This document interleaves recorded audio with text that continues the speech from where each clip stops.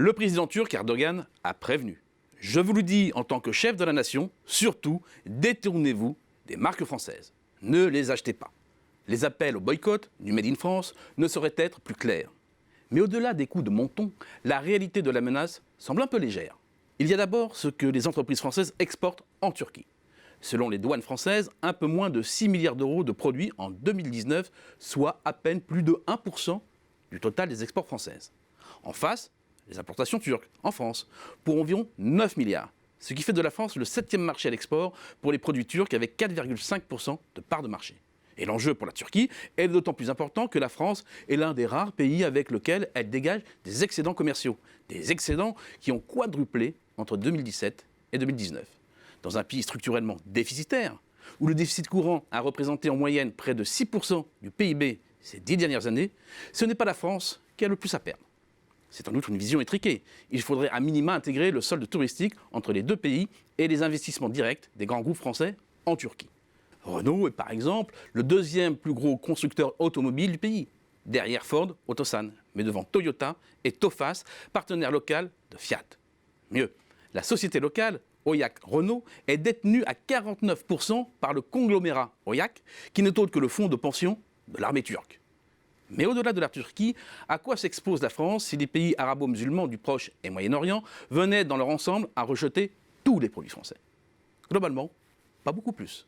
Avec un peu moins de 15 milliards d'euros de marchandises exportées, hors matériel et militaire, le Proche et Moyen-Orient représentent moins de 3% des exportations totales de la France. En y ajoutant la Turquie, qui sur le plan statistique du commerce extérieur n'est pas située dans la zone, mais en Europe orientale, l'enjeu global porte donc sur un peu moins de 21 milliards d'euros.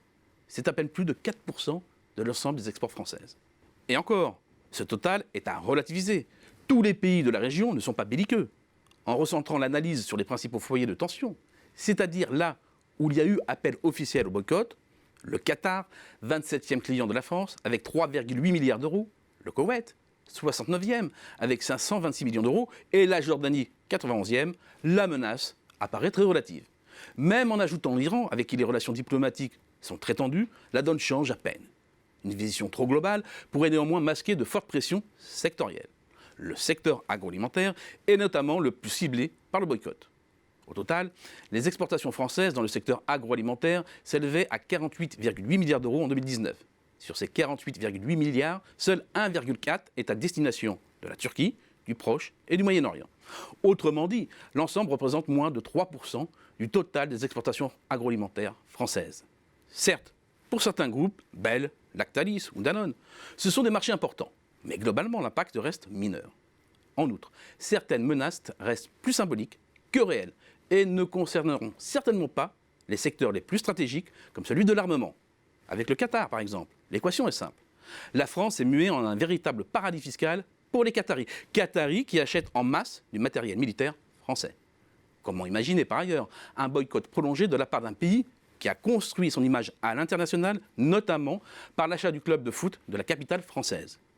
Une fois l'émotion des annonces au boycott passée, le soufflet va vite retomber et l'impact sur l'économie française sera négligeable.